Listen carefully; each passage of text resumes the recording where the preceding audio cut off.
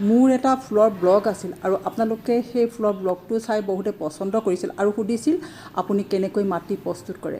সঁচাকৈ মই ভবা নাছিলোঁ, এটলিষ্ট মাটি প্ৰস্তুত কৰিলোঁ যেতিয়া আপোনালোকৰ বাবেও লৈ আহিলোঁ।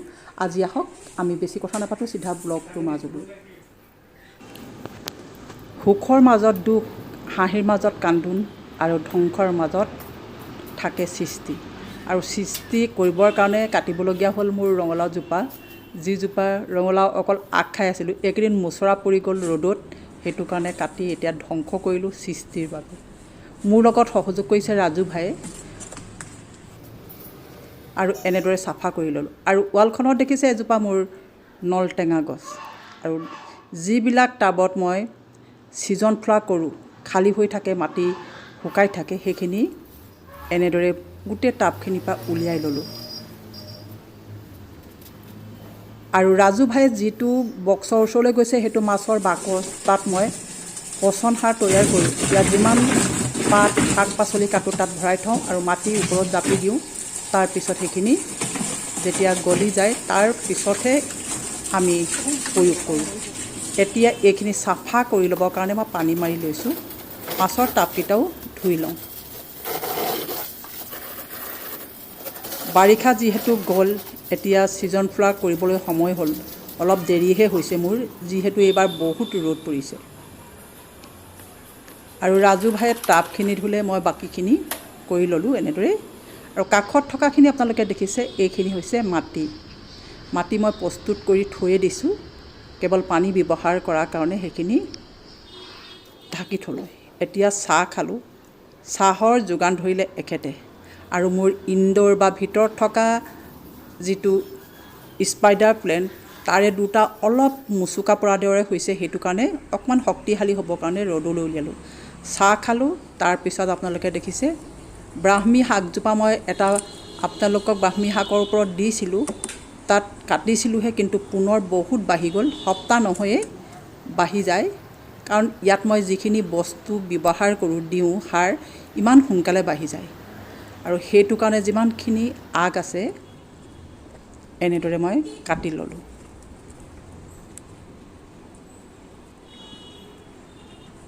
আৰু ইমানখিনি হ'ল, যিখিনি কুমলীয়া আগ সেইখিনি খাম আৰু শিপা থকাখিনি ৰুই দিম।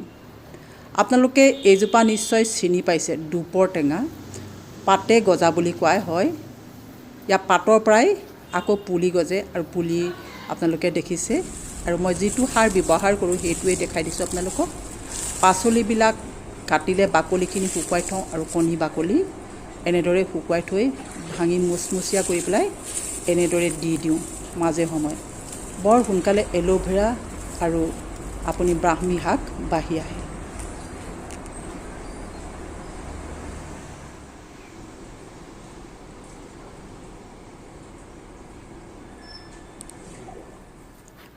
আৰু দেখিছে আপোনালোকে, এনেধৰণৰ এটা টাবত মই পুনৰ ব্ৰাহ্মী এইখিনি কৰিম। আৰু পাতে গজা নিশ্চয় আপোনালোকে চিনি পায়, যিবিলাক পাথৰী ৰোগৰ কাৰণে খুব ভাল, আৰু পাতৰ পৰা হোৱাৰ কাৰণে ইয়াক পাতে গজা বুলি কোৱা হয়। আৰু এনে দুপৰীয়া খুব টেঙা ভাৱটো আহে, সেইটো কাৰণে দুপৰ টেঙা বুলিও ইয়াক কোৱা হয়। আপোনালোকে প্ৰত্যেকেই চিনি পায় নহয়নে? আৰু এইবিধ ঔষধি গুণ বহুত, সেইটো কাৰণে মই ঘৰত থওঁৱেই এইবিধ। তাৰপিছত আপোনালোকক মই দেখুৱাবলৈ গৈছোঁ, এইটো হৈছে ব'ট লিলি। ব'ট লিলি আপোনালোকে খুব সহজতে হয়, আৰু এইবিধ 12 মাহ থাকে। আপুনি ভিতৰত ৰুৱক, বাহিৰত ৰুৱক, ওলমাই ৰুৱক, মাটিৰ তলত ৰুৱক, পানীত ৰুৱক, এই ব'ট লিলিটো সঁচাকৈ কৈছোঁ বৰ ভাল হয়। আৰু 12 মাহ থাকে কাৰণে মই এইবিধক বেছি গুৰুত্ব দিওঁ। আৰু দেখিছে, যিখিনি তলৰফালে বাঢ়ি যায়, যদি ওলোমা টাবত হয় তেতিয়াহ'লে ভাঙিব নালাগে। এনেদৰে যদি তলত থওঁ তেতিয়াহ'লে এই ওলমি যোৱাবিলাক ভাঙি দিলে টাবটো দেখিবলৈ বৰ ধুনীয়া হয়। মই যে এতিয়া খৰধৰকৈ আপোনালোকক ভাঙি দেখুৱাইছোঁ, আৰু দেখিবলৈ জবলা নিচিনা হৈছে। দুবাৰমান পানী দিয়াৰ পিছতেই আকৌ পুনৰ বৰ সুন্দৰ হয়, নতুনকৈ উশাহ মেলে। এতিয়া দেখিছে, আপোনালোকে ব'ট লিলিটো থয়নে বাৰু? বৰ ভাল হয় এইটো থ'বলৈ। আৰু এইটো দেখিছে মই অকণমান ষ্ট্ৰং কৰিছোঁ, কাৰণ ইয়াক মই একেবাৰে পানীৰ মাজত থওঁ। ইয়াত কোনো সাৰ বা বেলেগ বস্তু একো দিয়াই নাই, আপোনালোকে দেখিছেই। আৰু ষ্ট্ৰং কৰিছোঁ ৰ'দত থৈ, কাৰণ এইটো মই ভিতৰত পানীত থ'ম। আৰু এতিয়া মাটি প্ৰস্তুত কৰাটো আপোনালোকক মই কৈছিলোঁৱেই, যিখিনি টাবৰ মাটি ফুল নাছিল সেইখিনি উলিয়াই ল'লোঁ এনেদৰে, কাৰণ ইয়াৰ সাৰ কমি আহিল। আৰু সেইখিনিও ভাঙি ল'লোঁ। শিলবিলাক এনেকৈ ৰাজু ভায়ে উলিয়াই দিছে, যিখিনি তলত শিল নাৰিকলৰ বাকলি আছিল। আৰু মাটিখিনি মই প্ৰস্তুত কৰিছিলোঁ আজি 2 দিনমানৰ আগতে। ইয়াত মই 100% ভিতৰত দিছোঁ মাটি 50 আৰু গোবৰ 50, মুঠতে সমান সমান গোবৰ আৰু মাটি দিছোঁ। দেখিছে গোবৰটো শুকান গোবৰ আৰু মাটি ৰঙচুৱা মাটি। আৰু এনেদৰে পানী ব্যৱহাৰ কৰাৰ কাৰণে এইখিনি ঢাকি থৈছিলোঁ, মোৰ জেগা খুব কম হয়। তাৰপিছত ঢাকি থোৱাৰ পিছত অকণমান তিতা নিচিনা হৈ গ'ল। পুনৰ টাবৰ পৰা যিখিনি মাটি উলিয়াইছিলোঁ সেইখিনিৰ লগত মই প্ৰস্তুত কৰা মাটিখিনি এনেদৰে ইয়াত দি দিলোঁ। ইয়াত কোনো বস্তু ব্যৱহাৰ কৰা নাই, অকল গোবৰ আৰু মাটি ব্যৱহাৰ কৰি থৈছোঁ। আৰু ইয়াত এইখিনি কৰি পেলাই আমাৰ দুপৰীয়া সাজটো খাবৰ সময় হ'ল। আৰু এখেতে বনাই দিলে। কিমানখিনি বস্তু বনালে আপোনালোকে চাওকচোন। সঁচাকৈ ৰাজু ভায়ে মই বাহিৰতে খালোঁ মন ভৰি। আমিষ নিৰামিষ কণীৰ চব দিছে, আনকি ইয়াত আছে চয়াবিন, মুৰ্গী মাংস, কলডিলৰ লগত কণী, পনীৰ সকলোখিনি আছে। আৰু দুপৰীয়া সাজু বৰ তৃপ্তিৰে ৰাজু ভায়ে খালে। তাৰপিছত আমাৰ আৰম্ভ হ'ল মাটিৰ পৰ্বটো। বৰ গৰম পৰি আছে এইকেইদিন, আপোনালোকেও দেখিছে ৰ'দত। যিখিনি মাটি আমি উলিয়াই ল'লোঁ গোটেই মাটিখিনিত, আৰু মোৰ আগতে কক'পিছৰ অলপমান যোৱা বছৰে সনা আছিল, আৰু সেইখিনি মিহলি কৰিলোঁ। আৰু এইখিনি আপোনালোকক মই দেখুৱাই দিছোঁ। কক'পিছ যিসকলে কিনিব নোৱাৰে, অন্নপূৰ্ণাটো মিহলি কৰিবলৈ অকণমান অসুবিধা পায়। অন্নপূৰ্ণা বুলি এটা সাৰ পোৱা যায়, আৰু সেই অন্নপূৰ্ণাটো কেঁচু সাৰতকৈ বহুত ভাল, একো মিহলি কৰিবলগীয়া নহয় বেছিকৈ। আৰু মই তাৰে অন্নপূৰ্ণা অলপ দি দিছোঁ। যিখিনি মই গোবৰ মাটি তৈয়াৰ কৰিছিলোঁ তাত দি দিছিলোঁ অন্নপূৰ্ণা প্ৰায় 1 কেজি ওচৰ। আৰু এইখিনিয়ে হৈছে মেইন বস্তু। আপোনালোকে চিনি পাইছেনে? ব্ৰইলাৰ দানা। আমি ব্ৰইলাৰ দানা মই প্ৰায় 2 কেজি মিহলি কৰি দিছোঁ। আৰু ব্ৰইলাৰ দানা দিয়াৰ পিছত আৰু একো বস্তুৱে দিব নালাগে। আৰু মাটিখিনি আপোনালোকে চাওক, এতিয়া একেবাৰে ৰঙাও নহয় আৰু ক'লা ধৰণৰ এটা বৰণ আহে। আৰু এইখিনি মাটিত আপোনালোকে একেবাৰে জৰ্জৰীয়া হয়, কাৰণ ব্ৰইলাৰ দানাটো দিলে কি হয়, একেবাৰে মাটিখিনি ফচফচীয়া হৈ পৰে। আমাৰ মাটিখিনিত সাৰ মিহলোৱা হৈ গ'ল। মই আপোনালোকক ওচৰত আনি দেখুৱাই দিছোঁ। অকণমান দেখিছে য'ত ত'ত গোটা গোটা ভাৱ আছে। এইখিনি যিকোনো চালনীত চালি ল'ব লাগে। নাৰ্চাৰীত চালি লয়, কিন্তু আমি চালি নলওঁ, হাতেৰে এনেদৰে ভাঙি দিছোঁ। বহুত মাটি আমি লোৱা নাই কাৰণে, কাৰণ নাৰ্চাৰীবিলাকত বহুত মাটি কৰাৰ কাৰণে তেওঁলোকে বহুত মানুহ ৰাখে আৰু চালি লয়। আমি ৰাজু ভাই মই এনেদৰে মাটিখিনি সৰু কৰি ল'লোঁ, মিহি হৈছে, আপোনালোকে নিশ্চয় দেখিছে। আমাৰ প্ৰস্তুত হৈ গ'ল। আৰু শেষত ৰাজু ভাইক মই দেখুৱাই দিছোঁ। মই আপোনালোকে দেখিছে মাটিখিনি আমাৰ টাবত ভৰা উপযোগী হৈ গ'ল। এতিয়া কেনেকৈনো টাবত আপোনালোকে এনেদৰে ৰুৱেনে? ফুটাটোত যিটো এটা ফুটা থাকে তাত এটা শিলগুটি দিলোঁ। মই কিন্তু সদায় নাৰিকলৰ বাকলি দিওঁ। যদি আপোনালোকৰ ঘৰত চিলভাৰেক্স থাকে গছজোপা, সেই চিলভাৰেক্সৰ শুকান পাতটো মই কিন্তু দিওঁ, বহুত ভাল হয় তেতিয়া। আৰু নতুবা এনেদৰে নাৰিকলৰ জাবৰবিলাক এনেদৰে দিবচোন। আৰু বেছি ফুটা থকা কেইটাত মই অকল নাৰিকলৰ জাবৰখিনিহে দিওঁ, আপোনালোকে দেখিছে। এইখিনিয়ে পানীটো ধৰি নাৰাখে, চৰাই তললৈ পানীটো লৈ যায়। আৰু বেছিকৈ পানী জেকজেকীয়া ভাপ এটা থাকিলেও টাবটো বা ফুলজোপা বেয়া হয়, পোকে ধৰে আৰু বগা বগা নিচিনা এটা হয়। আপোনালোকে নিশ্চয় দেখিছে, পৰুৱাও অকণ বান্ধে। কিন্তু এনেদৰে যদি আপোনালোকে কৰে, পৰুৱা নাবান্ধে। আৰু মাটিটো আপোনালোকে টেক্সাৰটো চাওক, ব্ৰইলাৰ দানা দিয়াৰ পিছত আপোনালোকে দেখিছে একেবাৰে ফচফচীয়া হৈ থাকে। আৰু এইটো টাব এতিয়া যদি মই চাফা কৰিলোঁ, আৰু 2 বছৰলৈ মাটিখিনি বদলি কৰিব নালাগে।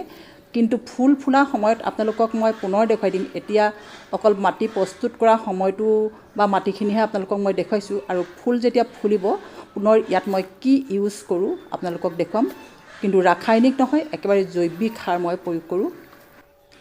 মাটি প্ৰস্তুত কৰিলোঁ, আৰু টাবত মই কেনেকৈ ফুল ৰুওঁ আপোনালোকক মই দেখুৱাই দিলোঁ। আৰু এতিয়া স্পাইডাৰ প্লেণ্টটো যিটো 12 মাহ থাকে, ইনডোৰ হওক বা আপোনালোকে আউটডোৰত ৰুব পৰা, পানীটো ৰুব পাৰে। আৰু স্পাইডাৰ প্লেণ্টটো বা পাতবাহাৰ বুলি আমি যিবিলাকক কওঁ, এই পাতবাহাৰ 12 মাহ থাকে। আৰু এইবিলাক থাকিলে আচলতে ঘৰখন সেউজীয়াৰে শুৱনি কৰি ৰাখে।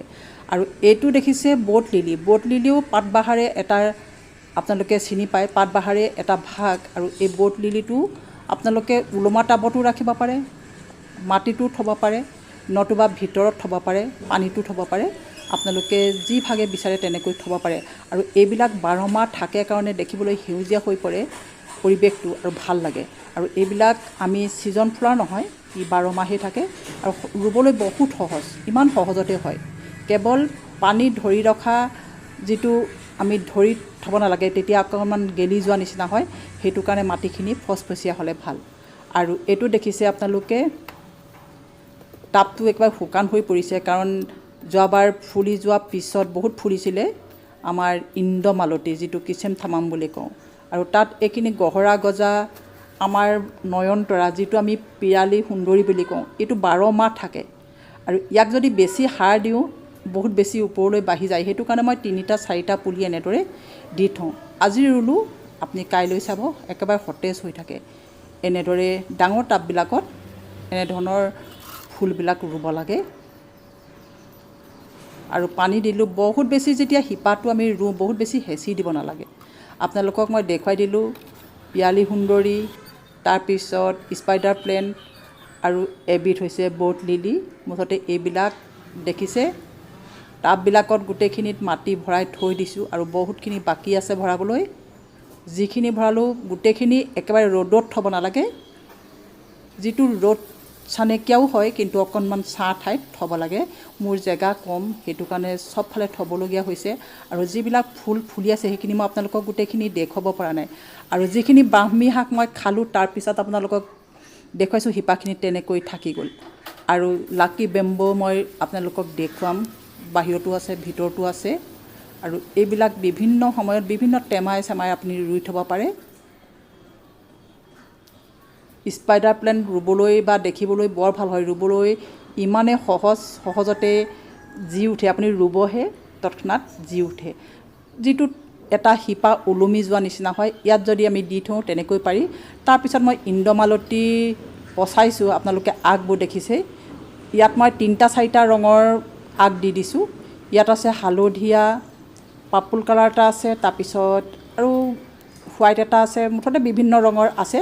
3-4টা আগ মই এনেদৰে দি দিছোঁ। আপোনালোকলৈ লৈ আহিম সেইটোও মই লাহে লাহে, কিন্তু একেদিনাখনেই দেখুৱাটো বৰ সম্ভৱ নহয়। যিখিনি মই মাটি ভৰালোঁ আৰু যিমানখিনি ৰুলোঁ আপোনালোকক দেখুৱাই দিছোঁ। এইটো নয়নতৰা ৰুইছিলোঁ, আপোনালোকে দেখিছিলেই। আৰু যিবিলাক য'ত ত'ত গজি আছিল সেইখিনি এনেদৰে ডাঙৰ টাববিলাকত, মাটিৰ এইবোৰ বহু বছৰ আগৰ টাব, তাত মই এনেদৰে ৰুই থৈছোঁ। আৰু যিখিনি মই আপোনালোকক বোট লিলি দেখুৱাইছিলোঁ, বোট লিলি 2টা ভাগ আছে, দেখিছে বোট লিলি বহুত ভাগ আছে, তাৰে 2টা মই দেখুৱাইছোঁ। আৰু ডাইনথাছৰ এইখিনি গোটেই 12 মাহেই ফুলি থাকিল বুলি ক'ব পাৰি। এতিয়া অকণমান কমা নিচিনা হৈছে, সেইবিলাকৰ আগ পচাবলৈ আছে, আপোনালোকক সেইখিনিও মই লৈ আহিম। আজিলৈ ধন্যবাদ। আপোনালোকে কেনে পালে আৰু এনেধৰণৰ ব্লগ বিচাৰে নিবিচাৰে মোক ক'ব। অহাকালিলৈ কাতি বিহু, আৰু কাতি বিহু উপলক্ষে আপোনালোকে দেখিছে মই বৰা চাউল অকণমান তিয়াই থৈছোঁ। সেইখিনি আজি মই খুন্দি পেলাই কেইটামান পিঠা বনাম। তাৰপিছত তুলসী গছ নিজে নিজে এটা টাবত বৰ ধুনীয়াকৈ পুলি এটা হ'ল, আৰু সেইটোকে অকণমান চাফা কৰিলোঁ। আৰু আপোনালোকক কাতি বিহু ওলগ জনালোঁ। ধন্যবাদ।